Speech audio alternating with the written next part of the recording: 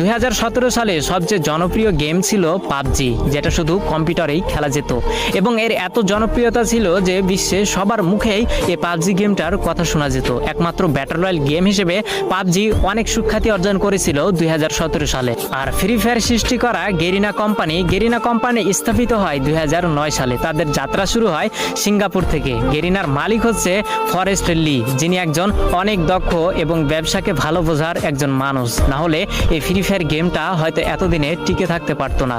তো 2009 সাল থেকে গেরিনার যাত্রা শুরু হলেও তারা কোনোভাবে কোনো গেমে সাকসেস পেল না, সবকিছুতেই তারা ফেল হয়ে গেল। একের পর এক ভিডিও গেম রিলিজ করেও মানুষের মন জয় করতে পারছিল না। তো 2014, 15, 16 সালে গেরিনা বেশ কয়েকটি গেম মানুষের সামনে উপস্থাপন করে, কিন্তু এত পরিমাণ ভালোবাসা এবং এত পরিমাণ জনপ্রিয়তা পায়নি গেরিনা কোম্পানি ওই অন্য গেমগুলোতে। কিন্তু সবকিছুতেই একটা টার্নিং পয়েন্ট থাকে, যেটা 2017 সালে গেরিনা কোম্পানিকে তাদের মোড় ঘুরিয়ে দিয়েছিল। যেহেতু 2017 সালে শুধু পাবজি গেমটাই ব্যাটল রয়্যাল গেম ছিল এবং মানুষের মাঝে উৎপত্তি হয়েছিল একটা বিশেষ গেম হিসেবে, সেহেতু গেরিনা কোম্পানির মালিক ফরেস্ট লি ভাবলো কেননা মোবাইলের জন্য একটা ভালো গেম উপস্থাপন করা যাক বা মানুষের সামনে ছড়িয়ে ফেলা যাক, যার হাত ধরে কয়েকজন টিম নিয়ে এই গেমটাকে তৈরি করার কাজ শুরু করা হলো।